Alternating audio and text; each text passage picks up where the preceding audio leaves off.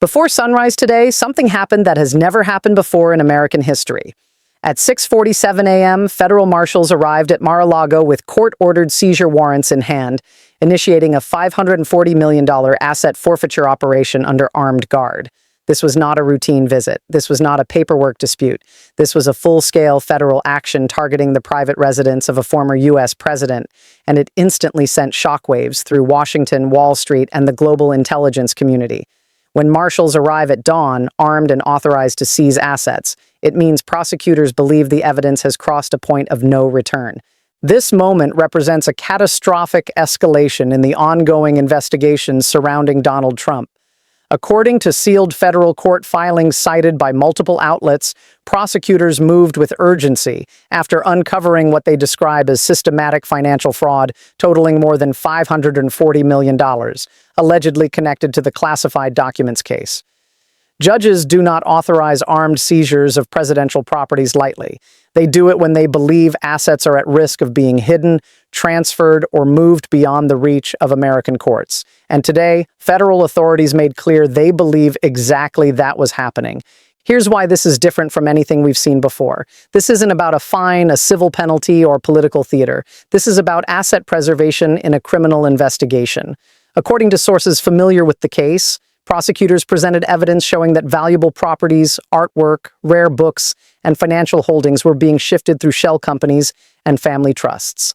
In just the last 6 months alone, those transfers reportedly totaled $340 million.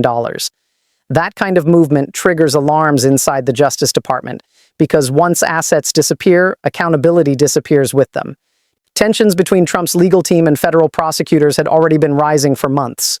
Missed deadlines, subpoenas ignored, document production delayed, but everything reached a breaking point on January 14th, when special counsel Jack Smith filed an emergency motion with Judge Aileen Cannon, requesting immediate asset preservation orders. Prosecutors argued they were running out of time. According to the filing, assets connected to the alleged scheme were being repositioned rapidly, making recovery increasingly difficult if convictions were secured later.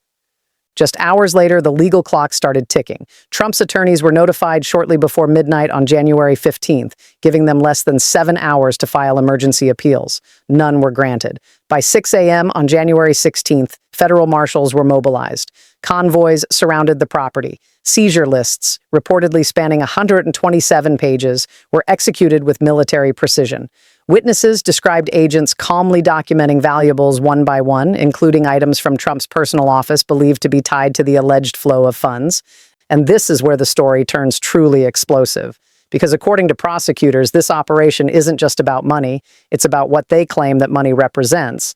Allegations now center on whether classified access was monetized, whether national security secrets were converted into personal wealth, and whether those proceeds were then concealed from law enforcement.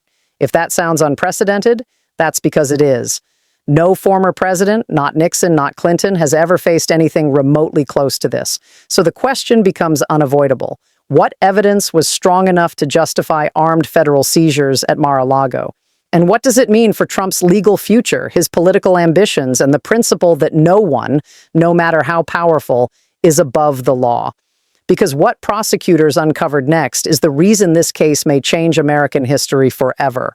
What investigators uncovered inside the financial records is what transformed this case from another high-profile legal battle into an emergency federal intervention.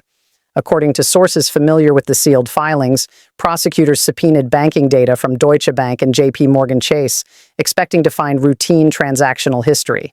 Instead, they say they discovered what court documents describe as a highly coordinated pattern of asset movement, one designed not for business efficiency, but for avoidance.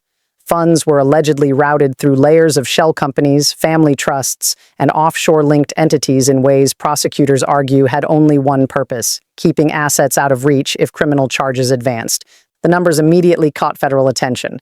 Investigators reportedly identified $340 million in asset transfers over a 6-month window, including artwork, rare books, property deeds, and high-value collectibles. These were not random sales.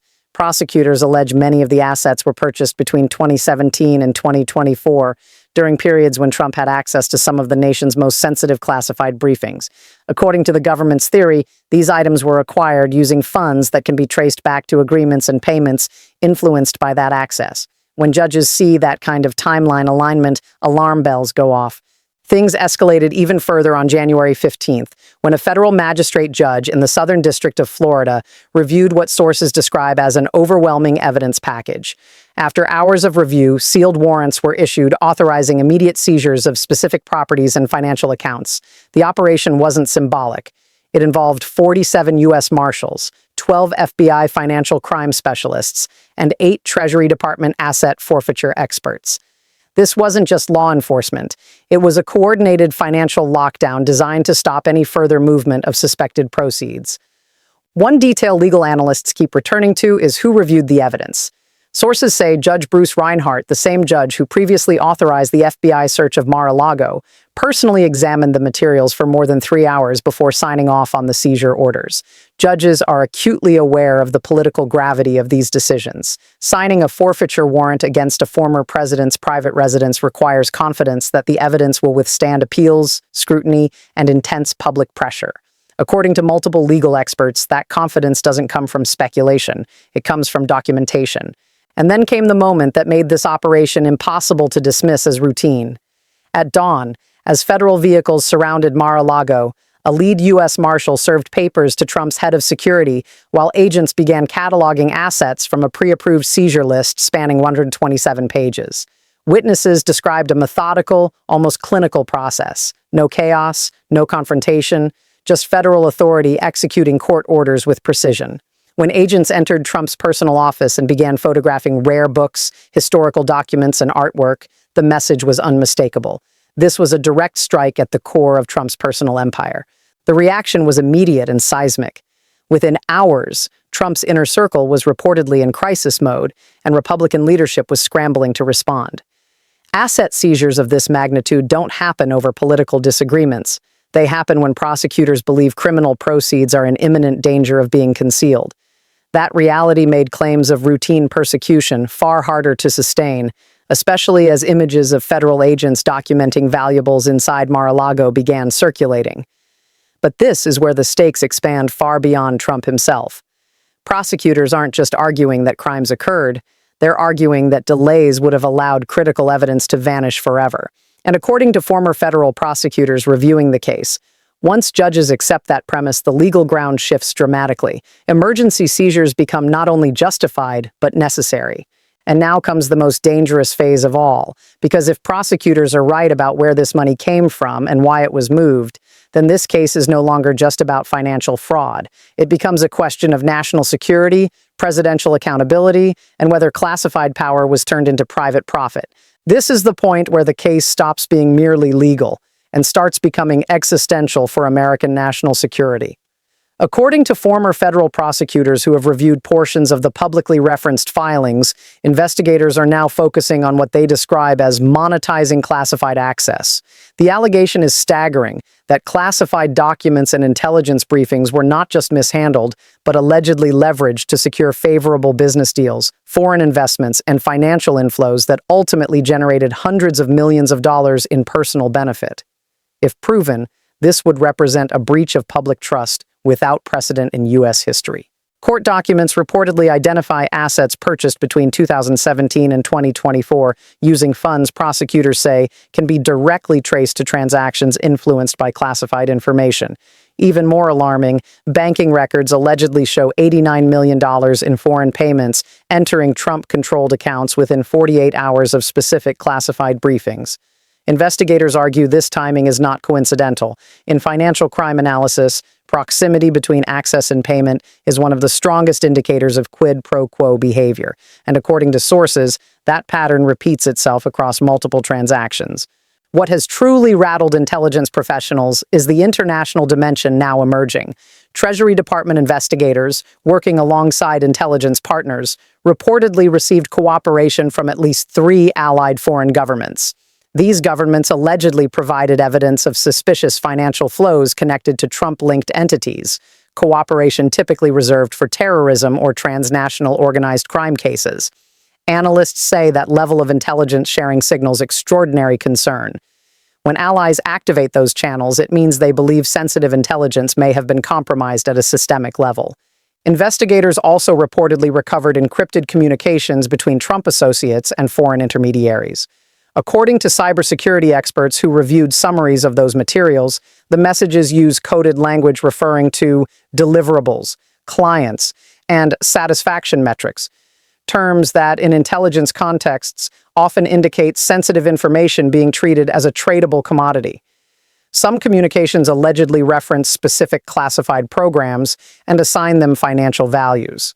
Prosecutors argue this demonstrates intent, coordination, and awareness, not accidental mishandling. The gravity of these allegations has triggered emergency reviews across multiple agencies. The Department of Homeland Security reportedly initiated a comprehensive assessment of what classified material Trump personally accessed during his presidency. A preliminary review shared with congressional intelligence committees allegedly identifies more than 300 classified documents that may have been exposed to unauthorized parties. Intelligence officials warn that this goes far beyond paperwork violations. If even a fraction of that material was compromised, it could endanger sources, expose covert operations, and permanently damage intelligence-sharing relationships built over decades. Former intelligence leaders are not mincing words. Members of the Association of Former Intelligence Officers called the allegations a fundamental betrayal of the presidential oath. Former CIA Director John Brennan stated publicly that if these claims are proven, the damage to national security could take decades to repair.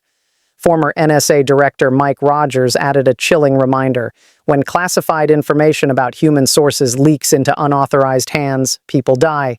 That is not political rhetoric, it is the reality of intelligence work. This is why legal scholars are calling this a watershed moment.